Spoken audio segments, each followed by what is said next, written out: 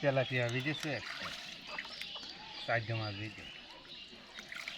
তার আগের দিন পাতিল 3টে কাতলা ভিজল, আর একটা জাপানি ভিজল, আর একটা সিলভার ভিজল। খেপলা জলে না, পাতা যায়। আচ্ছা 7 কেজি হবে 5টায়। এসে ভাগ্নেদের আসতে বলিলাম বেনাফলকে, এসে নিয়ে গেল।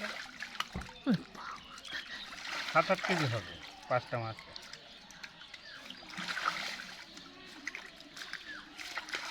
একদিনই মাছ হয়েছে 33টা।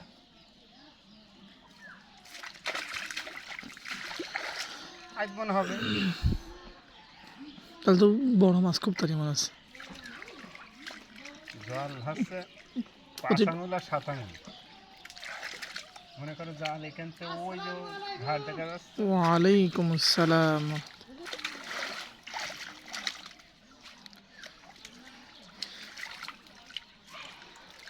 হাত পাও চলকাচ্ছে না? আমার তো রাতে ঘুম হয়নি, হালকা হালকা কিন্তু কথা হলো, তাহলে তো মারাত্মক সমস্যা তাহলে মানে ছাড়াতে গেলি চুলকায়।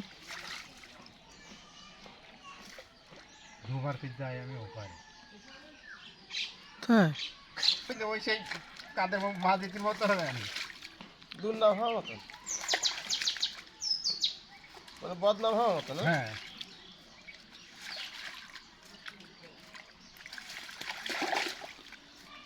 ছেলেটা বললাম কাজ বললে যাবা নে, সকালবেলা বলছে কি যা যাচ্ছে পাঁচ ধরছি। দেখলাম ওখানে দোকান যাইতে। রোপণের দোকানে আছে, আবার ঠিকঠাক করছে, কইরে আবার টিভি চালাচ্ছে।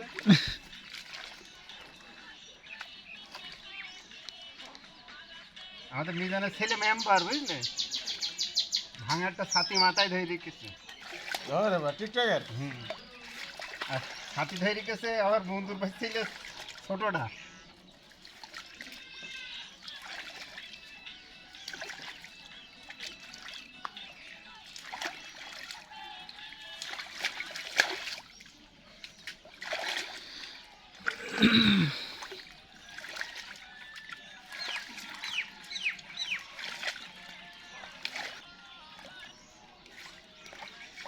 এবার পাল্লায় যাবা তো?